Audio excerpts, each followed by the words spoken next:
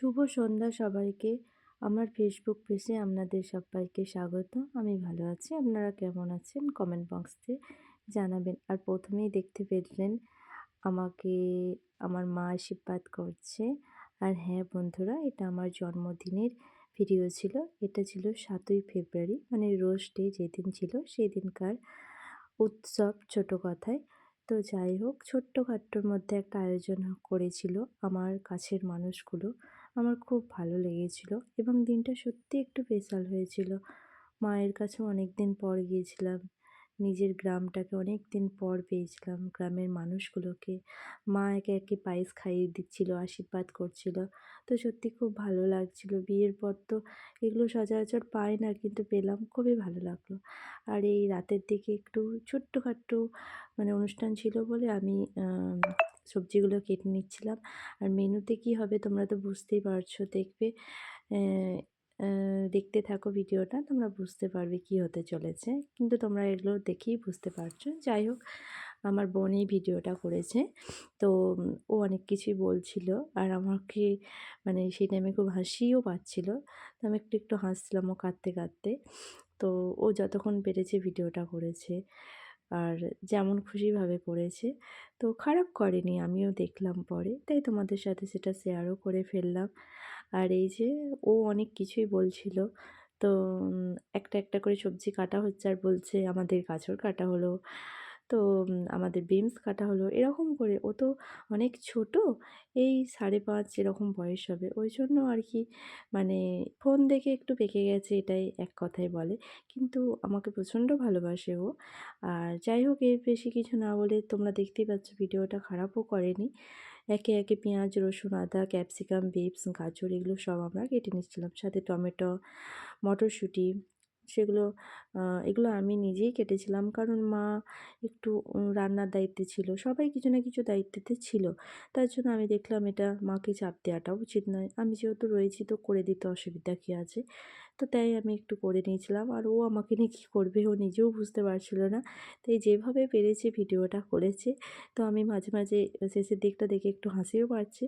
তো তোমরা দেখো, কিন্তু আ তবু যে ও করতে পেরেছে এটা ভেবেও ভালো লাগছে। আর এটা আমার মেজো কাকিমা। তো কাকিমা বোন ভিডিও করছে বলে একটু লজ্জা পেয়ে গেল। কাকিমাকে বললাম যে, "আমি এগুলো কাটছি, তুমি একটু রসুন, আদা, পেঁয়াজগুলো কেটে নাও।" কারণ পেঁয়াজ কাটতে, কাটতে আমার চোখে প্রচণ্ড জল আসে। তো কালকে মানে ৭ই ফেব্রুয়ারি তো কালই ছিল। কালকে কাকিমাও প্রচণ্ড কাজ করেছিল। কাকিমা না থাকলে আমাদের মানে খুবই কষ্ট হতো একদিকে এত কিছু সামলানো। যাই হোক, সবাই মিলে করলে কোনো অসুবিধা হয় না, কারোরই গায়ে লাগে না। তো আমার বোন কী না কী করেছে ভিডিওটার মাধ্যমে আমি এখন দেখছি আর হাসছি।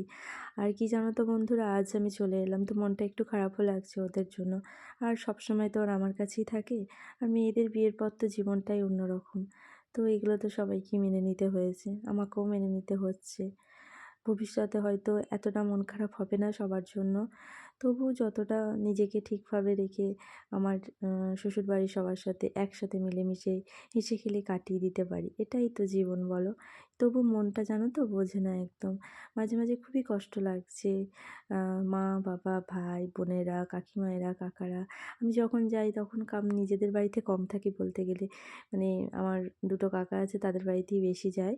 তো সত্যি জানো তো, আর এই শ্বশুরবাড়িতে অতটা সেরকমভাবে কোথাও যাওয়া হয় না।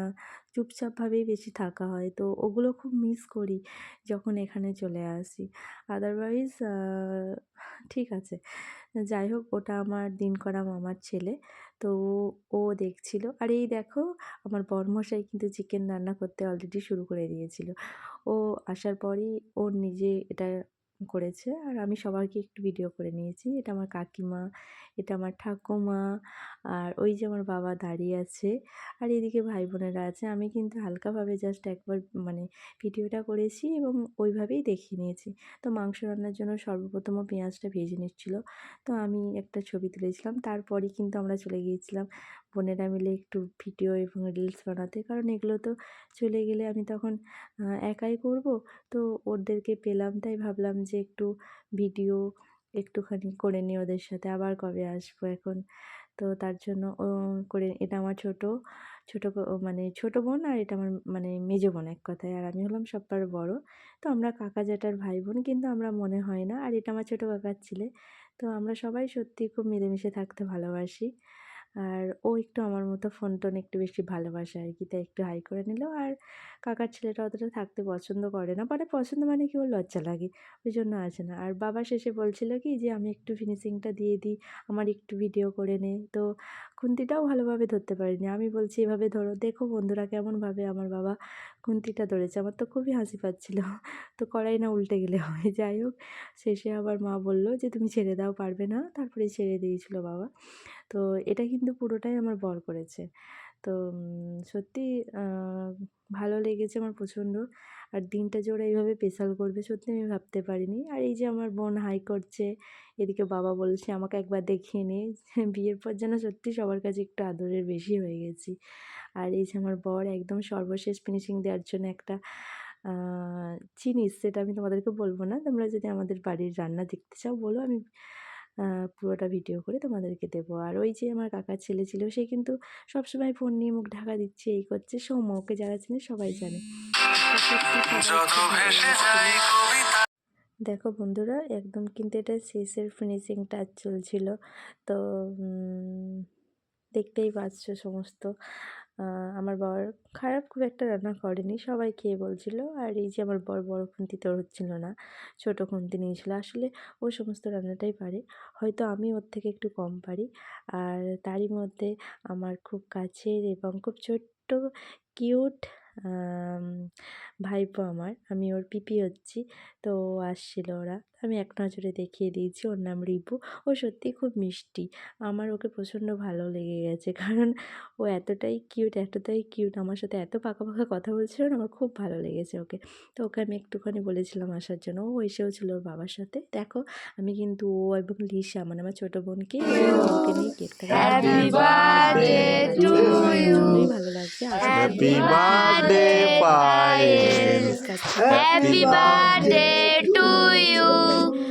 দু হাতে করে আবার ধরলাম যাতে পড়ে না যায়। সর্বপ্রথম কিন্তু আমি রিভুকেই কালকে কেক খাইয়েছিলাম। তারপরে একে একে মা, বোন, ভাই সবাইকে খাইয়ে নিয়েছিলাম। ছবিগুলো কীভাবে তুলেছে আমি জানিও না। তো এখন দেখছি সত্যি ভালো ওঠেনি, আরও হয়তো ভালো উঠতে পারত। আর এই যে আমার বর, ও সবসময় দুষ্টুমি করে। আর হ্যাঁ, কালকে রোস্টে ছিল, তাই একটু রোস্টে পালন করবো না সেটা তো কক্ষনো হতে পারে না। বরকে দিয়ে 4টে ছবিও তুলিয়ে নিয়েছি। কিছুতেই ছবি তুলতে চাইছিল না। এগুলো কিন্তু দেখো বন্ধুরা, জোর-জবরদস্তি করেই তুলেছে। আর এগুলো তুলেছে আমার বোন। হ্যাঁ, তো সত্যি তিশা খারাপ ছবি তোলেনি, ভালোই তুলেছে। এগুলো ভালোই লেগেছে। তারপর দেখো আমার বোনের এগুলো পাগলামো। তো রিউকে যখন খাওয়াচ্ছিল তখন আমার বোনই ক্যামেরাটা করে নিয়েছে। আর কি জানো তো বন্ধুরা, ওর না একটু চিকেনটা ঝাল লেগে গিয়েছিল। আর ও সবাইকে এত ডাকছে। আর এই দেখো আমার বর আবার রাইস খাবেন না। তো জলটা তাই গরম তা? আবার ওনার জন্য আমার কাকিমা পরোটা করে দিচ্ছে। আর এটা দেখো মাংসের ঝোলটা, যেটা আমার বর করেছে। আর এই রাইসটা আমার মায়ের হাতেতে বানানো। তো কেমন হয়েছে একটু বলো কিন্তু। আমি একবার প্রথমে ভিডিও করে নিয়ে দিচ্ছিলাম যে তোমাদের। তো তারপরে আমি সবার সাথে একটু ছবি তুলে নিয়েছি। এগুলো ভাই আমার বাপের বাড়ির। আর এই তো এগুলো আমার অনেক মানে কি বলবো, খুব কাছের মানুষজন। আর বৈশাখীর 2টো ছেলে মেয়ে, ওরাও খুব ভালোবাসে আমাকে। আর এই যে বর্ষণ, এরা যখন খাচ্ছিল আমি জাস্ট একটা ফটো তুলেছি, ওরা কিন্তু খুব লজ্জা পাচ্ছিল। আর রাধা বৌদির সাথে গল্প করতে করতে কখন যে ভিডিও করেছি সেটা রাধা বৌদিও দেখতে পায়নি। আর আমার ছোটো কাকা কাকিমা, আর ওইদিকে মেজো কাকা বসে রয়েছে। আর যে লিসা খালি মধ্যেখানে এদিক ওদিক যাচ্ছে। কালকে কিন্তু মেনুতে ছিল রাইস, চিকেন কষা, বেশি কিছু না, রাইস, চিকেন কষা, মিষ্টি, দই, চাটনি, পাঁপড়। মানে আমার একটু উল্টোপাল্টা হয়ে গেল, কিন্তু তোমরা একটু বুঝে নিও। আমি খুব অল্প সময়ের মধ্যেই আয়োজনটা আমি করিনি, আমার হাজব্যান্ড এবং আমার বাড়ির লোকেরা করেছিল। তো হয়তো যদি আরেকটু টাইম পাওয়া যেত আরও কিছু মানে আয়োজন করা যেত। তো দেখতেই পাচ্ছ ওরা কিন্তু তখন খাচ্ছিল, আমি কিন্তু কন্টিনিউ ভিডিও করে গেছি। ওরা হয়তো আমার দিকে সেভাবে খেয়াল করেনি। আর আমি তখন আমার বৌদির সাথেও একটু গল্প করছিলাম। আসলে চলে যাবো বলে বৌদি বলছিল যে, "চলে যাবি আর তো কটা দিন থাকতে পারতিস।" আমি বললাম, "না রে, আবার কিছুদিন পরেই আসবো।" যেরকম হয় আর কি বাড়ি, এটা সব মেয়েদের কাছেই একটা মানে স্পেশাল একটু হলেও লাগে। যাই হোক, তো দেখো আমরা কিন্তু ওরা কিন্তু এখনও বুঝতে পারেনি আমি কিন্তু ভিডিওটা অনেকক্ষণ ধরেই করেছি এবং ওদের সাথে কথাও বলে নিচ্ছিলাম। তারপরে আবার কাকা পাতাও অলরেডি তুলতে শুরু করে দিয়েছে, নিজেরটা তুলেছে আবার বইয়েরটাও তুলছে, আর কিন্তু কারণ নেয়নি। আর এই যে রাধা আমার সাথে একটু গল্প করছে। তারপর মা আসলো, মা কাকাকে একটু রাইস দিল, কারণ কাকা একদম শেষে খেতে এলো, তো ওই জন্য একটু দেরিও হচ্ছিলো সমস্ত কিছুটা।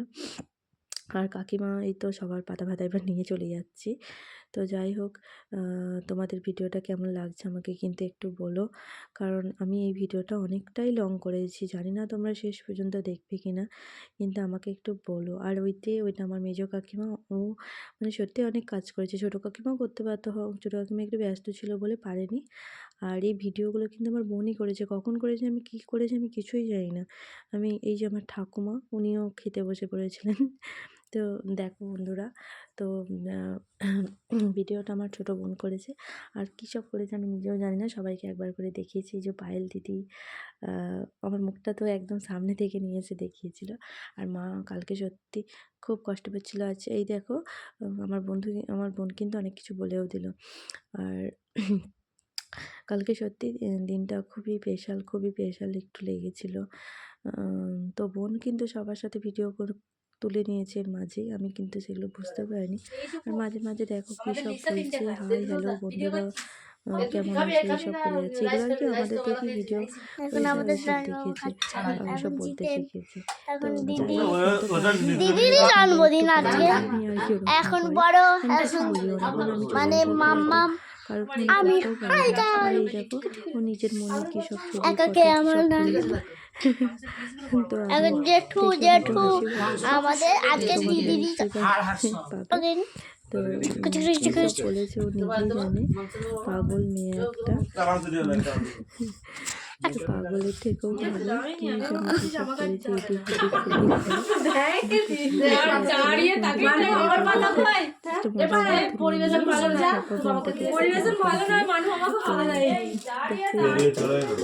ওসব করেই যাচ্ছে। অতটা খেয়ালও করিনি। তারপরে আবার দুটো ছবি তুলেছে, মানে জাস্ট ভাবাই যায় না এটুকুটুকু মেয়ে আবার ছবি তুলবে, তাও আবার মানে সেলফি হাঁটতে বেড়াতে। তো দেখো কিন্তু তারপরে আবার আমাদের ভিডিও করে নিচ্ছিল, এই যে আমার বর, আমার ভাই এবং আমি একসাথে খেতে বসেছিলাম। আর তখন ওই ভিডিওটা করছিল, মাও জিজ্ঞেস করছে কী খাবি, পরোটা না রাইস, আমি বললাম রাইসই দাও। এটা হচ্ছে আমাদের দিব্যেন্দু রাতও হয়ে গেছে, দিব্যেন্দু দিচ্ছিল। এ দিদি টাটা।